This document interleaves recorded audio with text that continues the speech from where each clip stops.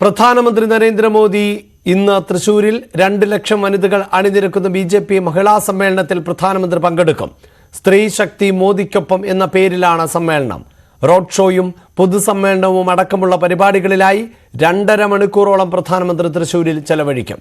അതേസമയം സ്ഥാനാർത്ഥിത്വ സമ്മേളനങ്ങളെ പ്രഖ്യാപിക്കുന്ന പാർട്ടിയല്ല ബിജെപി എന്ന് കെ സുരേന്ദ്രൻ പറഞ്ഞു.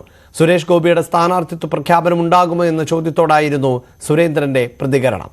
സുരേഷ് ഗോപിയെക്കുറിച്ച് വല്ലാതെ വേവലാതി വേണ്ട. സുരേഷ് ഗോപി തോറ്റിട്ടും തൃശൂരിനായി പ്രവർത്തിച്ചു. ചുവരെഴുത്തുകൾ മാധ്യമങ്ങൾ നന്നായി വായിക്കണമെന്നും കെ സുരേന്ദ്രൻ പറഞ്ഞു. സ്ഥാനാർത്ഥിത്വം സമ്മേളനങ്ങളിൽ പ്രഖ്യാപിക്കുന്ന പാർട്ടിയല്ല ബിജെപി. ബിജെപിയുടെ സ്ഥാനാർത്ഥി നിർണയ പ്രക്രിയയ്ക്ക് അതിൻ്റെതായിട്ടുള്ള ഒരു മാർഗനിർദ്ദേശങ്ങളുണ്ട്, പ്രോസസ്സുണ്ട്, നടന്നുകൊണ്ടിരിക്കുകയാണ്.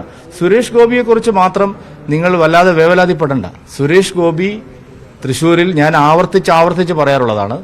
സുരേഷ് ഗോപി പരാജയപ്പെട്ടിട്ടും കഴിഞ്ഞ 5 വർഷം തൃശൂരിലെ ജനങ്ങൾക്ക് വേണ്ടി പ്രവർത്തിച്ച വ്യക്തിയാണ്. അപ്പോൾ അതുകൊണ്ട് ചർച്ചകൾ സ്വാഭാവികമായിട്ടും വരുമല്ലോ. സുരേഷ് ഗോപി സിറ്റിംഗ് എം പിയേക്കാൾ കൂടുതൽ ജനങ്ങൾക്ക് ഉപകാരം ചെയ്തിട്ടുള്ള, ജനങ്ങളെ സേവിച്ചിട്ടുള്ള ഒരു പൊതുപ്രവർത്തകൻ. ചുവരെഴുത്തുകൾ വായിച്ച് മനസ്സിലാക്കാൻ മാധ്യമങ്ങളും തയ്യാറാവണം എന്നാണ് എന്റെ അഭ്യർത്ഥന. കാലത്തിന്റെ ചുവരെഴുത്ത്. വാർത്തയുടെ വിശദാംശങ്ങളുമായി എസ് വിനേഷ് കുമാറാണ് ചേരുന്നത്. വിനേഷ്, പ്രധാനമന്ത്രി എത്താൻ ഇനി മണിക്കൂറുകൾ മാത്രമാണുള്ളത്. പ്രവർത്തകർ തൃശൂരിലേക്ക് എത്തിത്തുടങ്ങിയോ? എന്താണ് വിവരങ്ങൾ?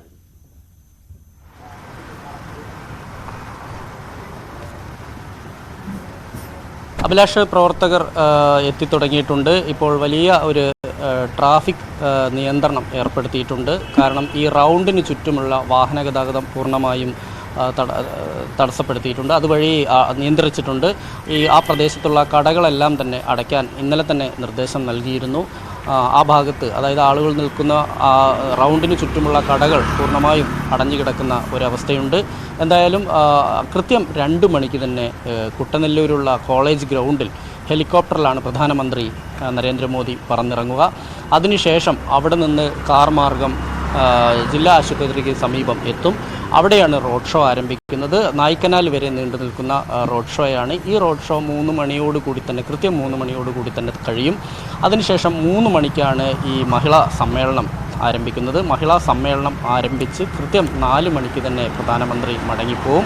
എന്തായാലും കർശന സുരക്ഷാ സംവിധാനങ്ങൾ തന്നെയാണ് തൃശ്ശൂർ നഗരത്തിൽ ഏർപ്പെടുത്തിയിട്ടുള്ളത്. 3000-ഓളം പോലീസുകാർ ഇവിടെ അണിനിരന്നു കഴിഞ്ഞിരിക്കുന്നു. കൃത്യമായ പരിശോധനകൾ. ഈ പ്രധാനമന്ത്രി പങ്കെടുക്കുന്ന വേദിക്ക് സമീപം തേക്കിൻകാട് മൈതാനിയിലേക്ക് പൂർണ്ണമായും ആളുകളെ നിയന്ത്രിച്ചിട്ടുണ്ട്. പൂർണ്ണമായും നിരോധനം ഏർപ്പെടുത്തിയിട്ടുണ്ട്. ആളുകളെ അങ്ങോട്ട് കടത്തിവിടുന്നില്ല. പോലീസിൻ്റെ പൂർണ്ണമായ നിയന്ത്രണത്തിലാണ്. ഇനി പരിപാടി നടക്കുമ്പോഴുള്ള പ്രതിനിധികൾ, ഈ വനിതകളെ മാത്രമാണ് അതിനകത്തേക്ക് കടത്തിവിടുക. സംഘാടകരും മാത്രമാണ് ഉണ്ടാവുക. കർശനമായ പരിശോധന എല്ലാ സ്ഥലത്തും ആരംഭിച്ചു കഴിഞ്ഞിട്ടുണ്ട്.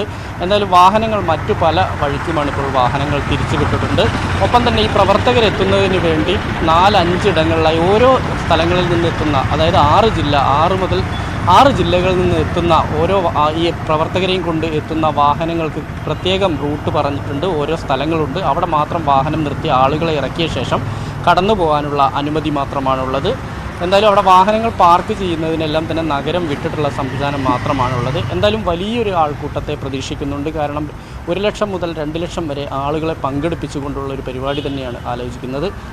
ഇതിൽ ബഹുഭൂരിഭാഗവും വനിതകളെ ഉൾപ്പെടുത്തുക എന്നുള്ളൊരു ലക്ഷ്യം കൂടിയുണ്ട്. എന്തായാലും സുരേഷ് ഗോപിയെ സ്ഥാനാർത്ഥി ആയി പ്രഖ്യാപിക്കാനുള്ളൊരു സാധ്യതയൊന്നും അത്തരത്തിലൊന്നും ഉണ്ടാവില്ല. എങ്കിൽ പോലും പ്രധാനമന്ത്രി അത്തരത്തിൽ സുരേഷ് ഗോപിയെ ഒരു സൂചന ലഭിക്കും എന്നുള്ള കാര്യത്തിൽ സംശയമില്ല. എന്തായാലും സുരേഷ് ഗോപിക്ക് തൃശ്ശൂർ സീറ്റ് ഉറപ്പിച്ച് കഴിഞ്ഞിരിക്കുന്നു എന്ന് തന്നെയാണ് BJP നേതാക്കൾ ഉൾപ്പെടെ പറയുന്നത്. എങ്കിൽ പോലും ഔദ്യോഗികമായൊരു പ്രഖ്യാപനം ഉണ്ടാകില്ലെങ്കിൽ പോലും ഒരു സൂചന അതിൽ നിന്ന്, പ്രധാനമന്ത്രിയുടെ വാക്കുകളിൽ നിന്ന് ലഭിക്കും എന്നുള്ള കാര്യത്തിൽ സംശയമില്ല. എന്തായാലും കൃത്യം 2 മണിക്ക് തന്നെ പ്രധാനമന്ത്രി തൃശ്ശൂരിലെത്തും.